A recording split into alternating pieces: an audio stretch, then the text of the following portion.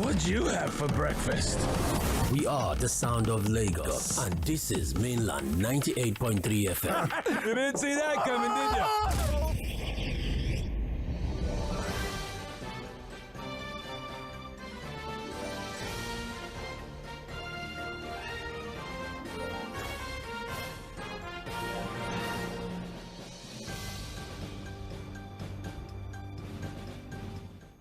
Good morning and welcome to Trends in the Papers on 98.3 Mainland FM. Today is Friday, the very first Friday, but I trust that, you just take as, even if you can't fund the outside, just try to rest, just visit family and friends, make time, spend quality time with your family, friends, and loved ones. This is Mainland 98.3 FM, the sound of Lagos. And we're going to be looking through the major trending stories on the front pages of our dailies. We have our papers here with us, and I won't be doing this alone, of course. My name is Omobola Sandra. Fouad Saheed will be joining in via the phone line any moment from now. Now, before we go on, I would also like to announce there's a little bird that will be celebrating her birthday tomorrow, and this is me wishing her happy birthday, Balikis. We love you so much. Balikis is, I really don't know how to place her with us right here at Milan 98.3 FM, but we love her, we appreciate her, and tomorrow is her birthday, and we trust that she'll have fun and send us cake. Very important. I'm looking very shiny. I'm preparing for the weekend. Well, thank God it's Friday, so it starts from today, so it's nice. Do people still say thank God it's Friday? I mean, do people still have money to do TGIF? I'm just asking because, there's excitement is not there again. The funny thing, I don't remember now. There was a president, I remember there was an increment in the price of PMS at the time. I think it was about Obasanjo. Mm-hmm. And people were complaining. And he said that a liter of fuel at that time was not up to the price of a bottle of beer. And so why are people complaining? I think you should. Yeah, most likely it was about. So I'm not sure now. That if people are complaining about the price of PMS at that time, he felt that it was the wrong. And he compared it to the price of beer. To the price of a bottle of beer. So. And one of the brewery companies, posted something yesterday as regards the increase in, the price of their commodities. So. People who engage in those kind of enjoyments, I don't know. But for now, I think people are still finding a way to unwind. Because again, if you look at it on a Friday night, Saturday, you see people still all clustered and gathered at different bars, nightclubs. I think people are still finding a way to reserve some money to enjoy themselves. Like I cannot come and kill myself kind of spirit. Well, I mean, I cannot come and kill myself at all. Thank you very much, Fouad. Yes, this is Trends in the Papers. Let us now look through the major trending stories on the front pages of our dailies. I will start with the Punch newspaper this morning. The major headline on the front page of the Punch says, Chicago record, Tinubu betrayed me. I'll fight till Supreme Court verdict, says Atiku. Tinubu supported Yar'Adua, PDP, in 2007 presidential election, says Vice President. Atiku's political career has ended. He got nothing from Chicago University. That's come from APC. Fouad, so yesterday, the press conference held was quite a colorful one, was an interesting one, with a lot of spilling of, tea there. Before we move on to this particular report... or soup. Red hot. Red hot soup. So before we move on to this particular report, what's your own analysis of the conference? Alhaji Atiku Abubakar has World Press Conference, and I also listened to President Bola Ahmed Tinubu's U.S. lawyer on TV in the evening. So it was like a balancing of the situation from the camps. For me, Sandra, I'm going to be very clear about it. In analyzing what Alhaji Atiku Abubakar said yesterday at the press conference, there are about three things to take away. The first is that to them, they think there's enough evidence to now present at the Supreme Court that they think would help their case as to the Chicago State University certificate that Bola Ahmed Tinubu, the president, presented to. that it was different from the one issued by the Chicago State University to the president, and that what he had submitted to INEC was completely different. They also talked about his primary school. They talked about his time to contest for president. And he said a whole lot of things to us. At least there was a fight to save the soul of the country. He talked about JᴏɪR whatever JᴏɪR started in the 19 when the Fourth Republic started, on the questions around the certificates of Bola Ahmed Tinubu. A rally in the sense that I think he reached out to Mr. Peter and Rabiu Kwankwaso of the NNPP to join hands with him in this fight to save the country. So that was generally what he said about their new fight. So the battle now goes to the Supreme Court. It's going to be a very strong legal battle, and he said that he hopes that the Supreme Court will do justice. Justice, well, is a perception thing. To him, what is justice may be different from what the Bola Ahmed Tinubu. I think that, in my own honest opinion, I would have expected Alhaji Atiku Abubakar to have just remained on the main issue, which was the issue of the president's certificate. Yeah. So there were some grievances that were highlighted as well. Now, personal grievances now came up. Again, some of the journalists are in that place. Again, maybe to make some good headlines, they were looking for sensational part of the story, because the questions they were now asking him were not even on the issue of the certificate. You know, but some of them I found a bit questionable. For example, the 2003 elections, 2003, when the PDP took over the entire Southwest, that he stood his ground against it. Because the way he said it was as if it was not about election, the PDP just took over the Southwest. And that he was the one that stood against the decision of the PDP at that time to take over Lagos. So he saved Lagos for Bola Ahmed Tinubu. So I asked myself, was it about the people voting, or was there something the government was doing then and it was easy for them to just take over a state, irrespective of the way people voted? So that was one thing. The other one was the issue of during the AC that Tinubu gave Atiku the platform to contest, and Atiku now said that, well, Tinubu betrayed him because at that time he was supporting Yar'Adua, his running mate. And that some of the people Tinubu sent to him were seated there, but he doesn't want to embarrass them. And I find that questionable, because if Tinubu at that time owned the AC platform and gave it to Atiku to run, if he wanted to discuss the idea of being his running mate, I'm sure he would never send anybody to him. Because I don't think that they were so much in accord at that time that it would have been easy for Tinubu to put a call through to him or set up a meeting to discuss that to him. So I thought that ticket, which I think was again playing into the sentiments of the people. You know, so there was a lot of things that was said. He talked about his private business, and that, look, he's not afraid that the business will be attacked because Buhari has taken over the business. The Intel contract, we all know about the Intel contract. That was a big money maker for Alhaji Atiku Abubakar, because they were major revenue contractors to the MPA, all of the ports in the country. And I think it was Buhari that cancelled that particular contract. Again, that brought up the issue of vested interest. How people in politics use their position to get juicy contracts to favor them and make a lot of money. So again, all of those were not the major issue, but of course, it also cropped up yesterday, the certificate saga. Everybody has an opinion on it. Internet is awash with all manner of arguments and opinions, but it is the Supreme Court that will have a final take on the legal issues around this particular matter. On morality, however, Sandra, I think we have a problem with the political class. If we are talking about morals now, because you keep asking yourself, why is it that there's always a problem with our politicians when it comes to simple things like a certificate, the school you attended? I was telling somebody yesterday, you know that a lot of these politicians, if you go check their INEC form, you will laugh. You will just watch the only thing presented. You know, if we have your governor of Ogun State, when he was asked whether he went to university or not, you remember what he said? That because the case is in court, he will not make comments on it. For screening as well. There were a lot of revelations. Revelations as to whether there's even, you know that we don't follow things in this country. The Misawa lady that said that had issue of NYC, whether she was still serving or not. We are not hearing she has suddenly gone under. Yes. You know, somebody has forgotten about that whole issue. So we have a minister that is a core member right now. Yes. He's still serving. You know, so a lot of issues have a very simple thing.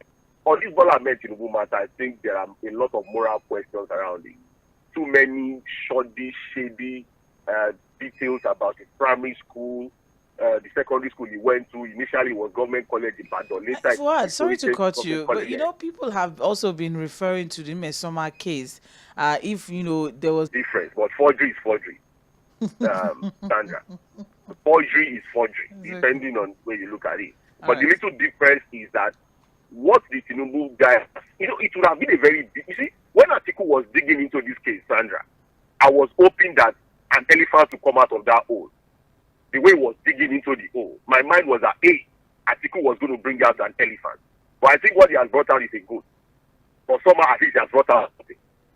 You understand what I'm saying? Because my mind was that he would have brought out a revelation that shows that Tinubu never attended that school. That would have been this revelation that I thought Atiku was chasing. That, at the end of the day, it would have been seen that everything was Dagbo. So the man did not attend the school, the whole thing was forced, all of that. The point is, the president did go to Chicago State University and finish from there. And finish from God bless you, Sandra. That's the issue.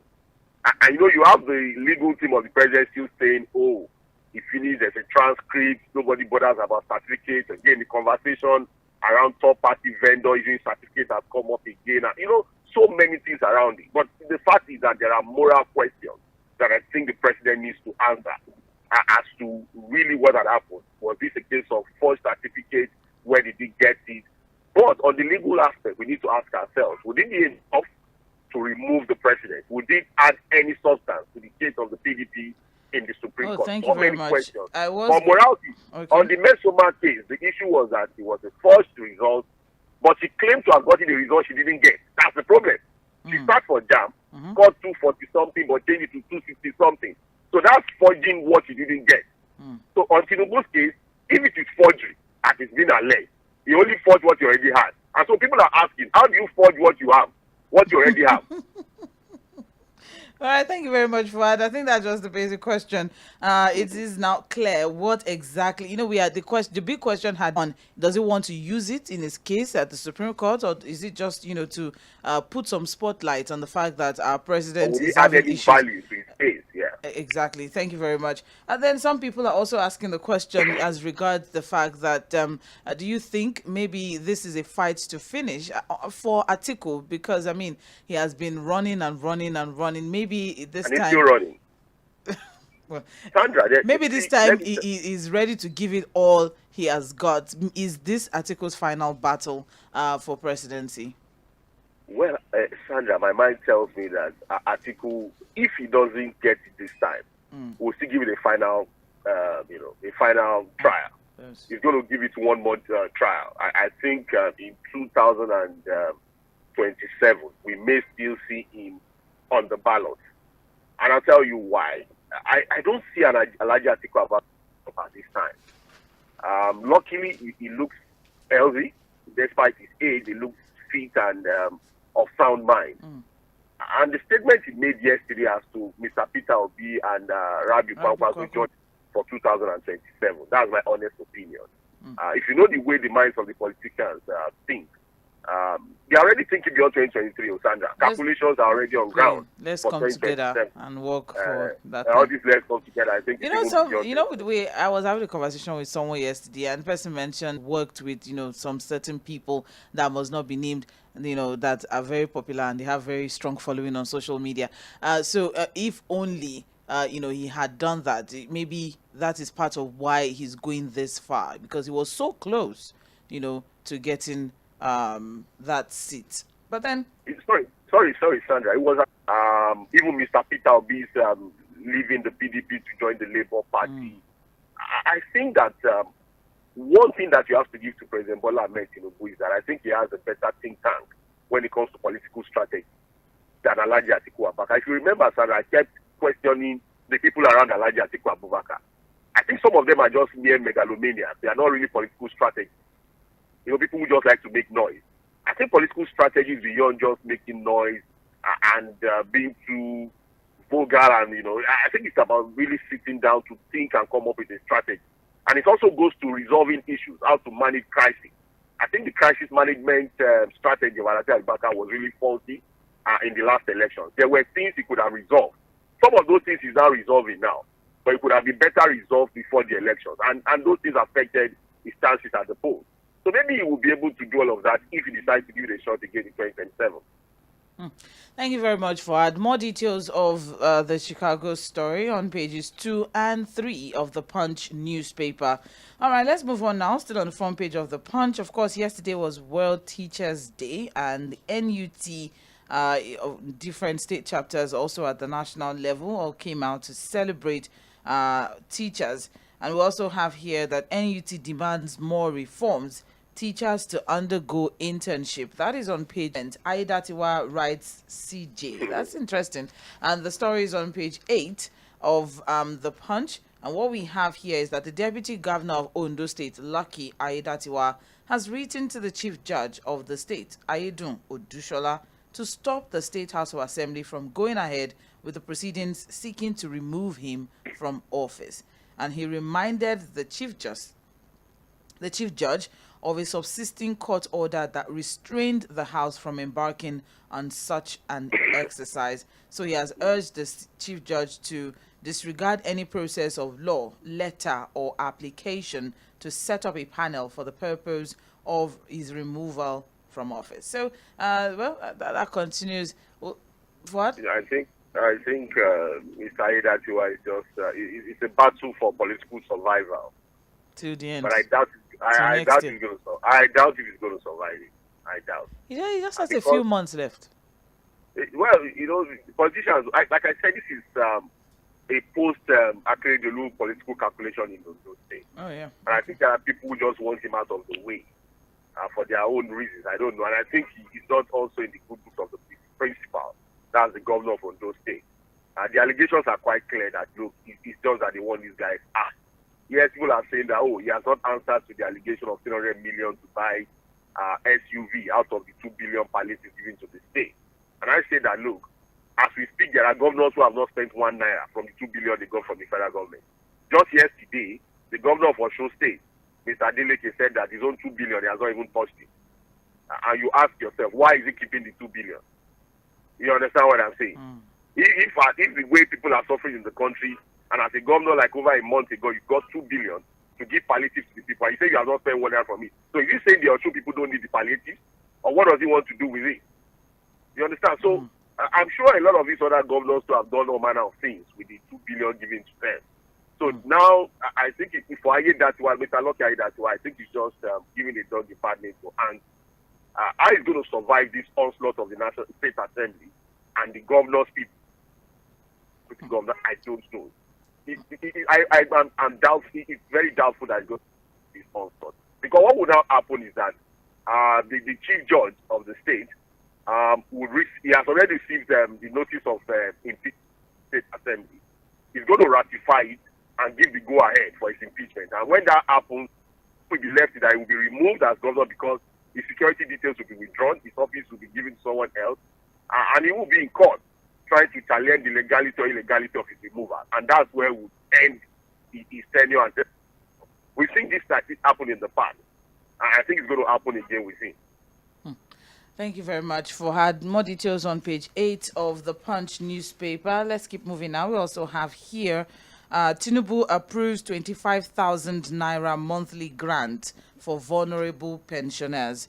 And that story is on page 17. So what we have is that the president has approved the payment of 25,000 naira monthly grants to vulnerable pensioners captured in the expanded National Social Register of the Conditional Cash Transfer Scheme.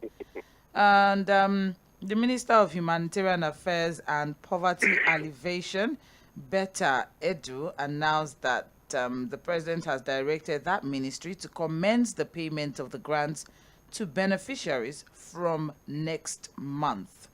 Well, as two questions here. Vulnerable pensioners, not all pensioners. I'm trying to, put that. Who is the vulnerable pensioner now? All pensioners not vulnerable. Are they not supposed to be vulnerable? I don't know. So when you're a pensioner, you're not receiving any major income. It's just your pension. Yes. And with the way the economy has gone, I doubt if there's any pensioner that is not vulnerable. So it will be difficult to really define who a vulnerable pensioner is. Then the second one is this, that some vulnerable pensioners are already captured in the social register. That's the second one. Yes, thank you. They there are still questions as to which social register we use. Is it the initial one, or we already have a new one? Is it the Buhari social register, or there's a new one already? Because the governors have already questioned the integrity of the Buhari social register. Well, what I'm reading here is expanded. Okay, yes, captured in the expanded National Social Register. So okay, they've now done. There's an expansion. Okay, so are the governors happy with this one now? We need to know if the governors are happy with this social register now. Because all we knew in the past was that the governors wanted it for themselves. They wanted to have the register, which basically was going to be as a result of political patronage. Probably looking at their political cronies, political supporters, party members. At the end of the day, Sandra, my mind tells me that all of these cash handout policies of government is just for political patronage. Fish out loyal party members, fish out people who have worked for the party, who need money, and just hand the cash to them. Again, to keep them as party faithful. It's not anything about poverty alleviation or trying to cushion the effect of subsidy removal. That's what would happen at the end of the day. You are not a party member. You are not identified by a party leader. You are not an associate. You've not been attending meetings. Sandra, it will be extremely difficult for you to get any of these cash handouts. Trust me. All right, then. Thank you very much. More details of that on page 17 of the Punch newspaper. Vulnerable pensioners. So many questions, but then let's keep moving. Above the masthead of the Punch newspaper, we have here manufacturers experiencing toughest period in history, and that is on page 11 of the Punch newspaper. Association of Nigeria Export Promotion Group, 𝗫𝗫 Magazine, has said that the manufacturing sector is currently experiencing the toughest period in the history of its existence. And they noted that since the pandemic, exporters have struggled with reduced international demand, coupled with domestic economic challenges such as high exchange rates, high cost of energy, multiple levies and taxes, port congestion, unending security. I'm thinking that's unending insecurity, infrastructural challenges, among others. So, well, that's interesting. That's a whole lot in just one sector. But then, explain, is there anything that the federal government can do to provide some palliatives for the manufacturing sector? I don't like the word palliative. I know. I'll appeal to you not to use it in this context, in this particular. Let's just leave palliative for the so-called vulnerable, according to government. Unemployment going out of the roof. I think we need to begin to look at some form of bailout for manufacturers who are struggling to survive. But my problem with the bailout is that, look, you'll be treating the symptoms or not the disease. That's the problem with bailouts, because you give bailouts to manufacturing companies at this time. But one of the other indices that makes a business survive, we have to address that too. They talked about insecurity. We've talked about the forex crisis we have. We've talked about energy crisis. We've talked about infrastructure problem. Again, so many things that so what is affecting the manufacturing sector is just a reflection of the poor state of our economy and a lot of the failed policies of government, both fiscal and monetary policies of government, that is killing the manufacturing sector. I was telling someone yesterday, if you look at the price of goods, I think it was you were having that conversation with Sandra, that look, a lot of the goods produced by manufacturers stay too long on the shelves. Because nobody is buying them. The purchasing power of people have dropped drastically. Our production is going up, but nobody is buying. So what they will do is to begin to think of laying people off or probably closing down those factories completely. So it's a very big problem because, again, we are looking at rising unemployment. We are also looking at more forex crisis, because one would assume that if we're able to manufacture, it will help our exportation industry. We're able to export and make some forex. So, again, I don't know how look, I pity anybody as a manufacturer at this time, no matter what you think you are manufacturing, because the purchasing power people have dropped. There's a serious forex crisis. There's infrastructure deficit, rising energy crisis, and unfortunately, there's no clear direction from government as to how these problems will be fixed. There are even no timelines. You can say, okay, within 1 year, this is what we want to do, and that's the problem I have with this government. No clear timelines on how to fix anything. All you get are just promises, we'll do. when you listen to the statement of the government, you think you are still in the campaign era. Oh, for the issue of energy, blah, blah, blah, in the next 6 months, this is what we intend to achieve. In the next 1 year, this is what we intend to achieve. On the energy crisis, I've been listening to Mr. Adelabu, the minister. He's been saying nothing. The Minister of Agri, the new Minister of Agri has gone under, the former acting chairman of the APC. That was me. Since he became Minister of Agri, Sandra, have you heard anything from that man? So, except for maybe 1 or 2, 3 ministers that have been, showing some bright light here and there, like the Minister of Interior, who I think has battled the immigration people to ensure people get their passports easily. And then Mr. 𝗏ɪķe, who is doing something in Abuja. Then maybe David Umahi, Minister of Works, who is talking tough and moving around the country. Practically from all other ministers, what you have is that nothing is happening. So it's a very... Oh, well. All right then. Thank you very much for her. That was quite in depth. I appreciate it. Just I'm looking at it from the angle of the levies and the taxes that they have mentioned. That one is still there, so because the government is looking for money. Exactly, especially now that MDAs have been sent out to go and do serious marketing. It's all right.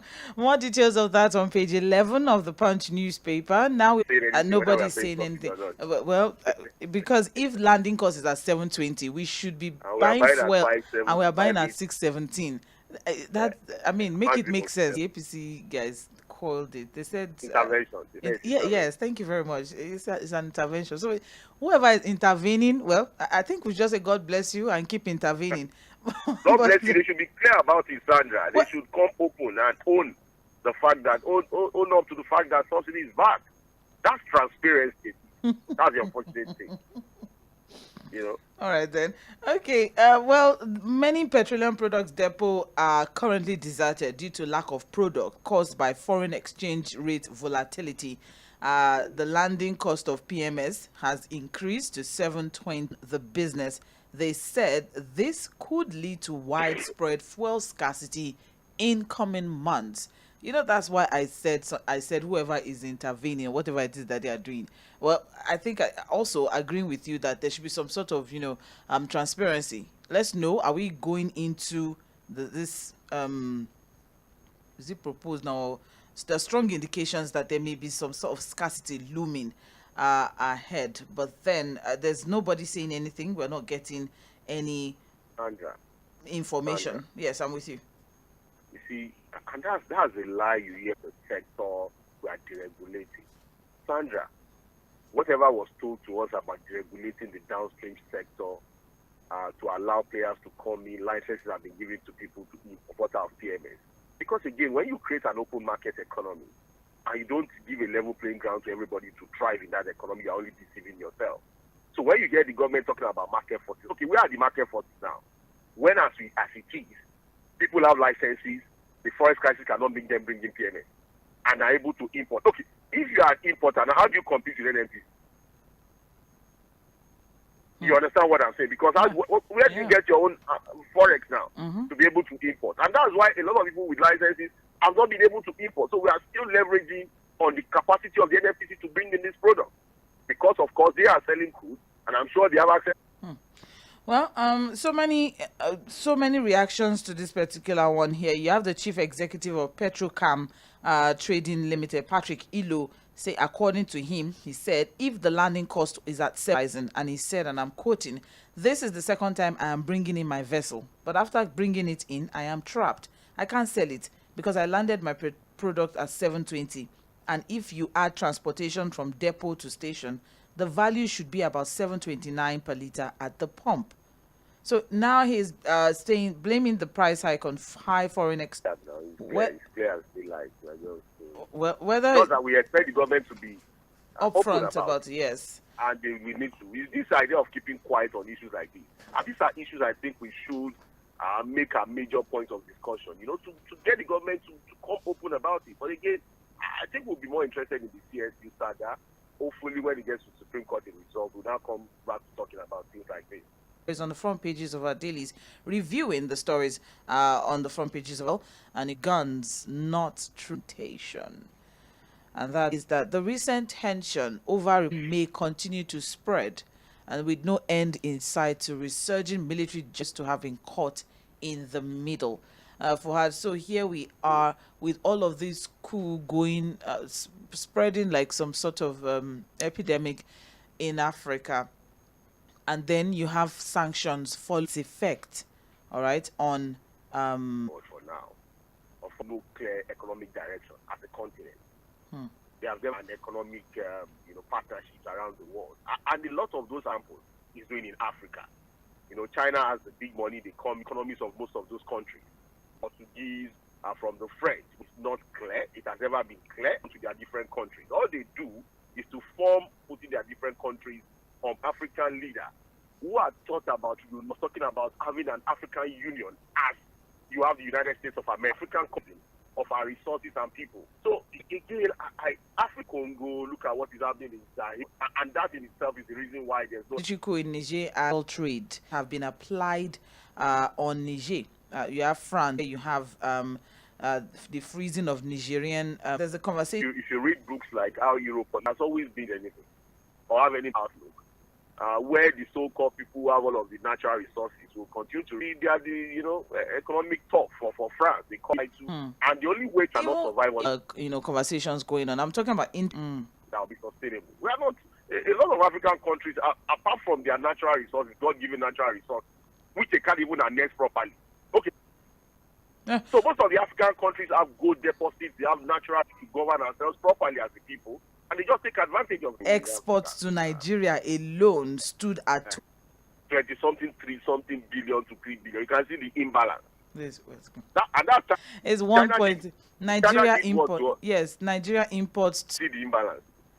While you have China, countries that just buy a balance of sound like a consuming nation.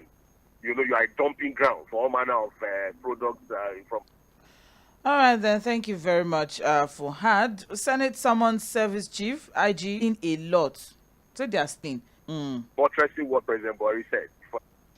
And until again, this example, you are telling us now that look, I have identified a problem in the federal structure of governance is broken. I'm committing to it. I'm working with the National Assembly to ensure that does not happen again. But what we just want to is to allow the status quo. Elder statesman is saying the governors are take from the Guardian of the Guardian on mainland Tinubu ticket. That's why all of the elections people from peace.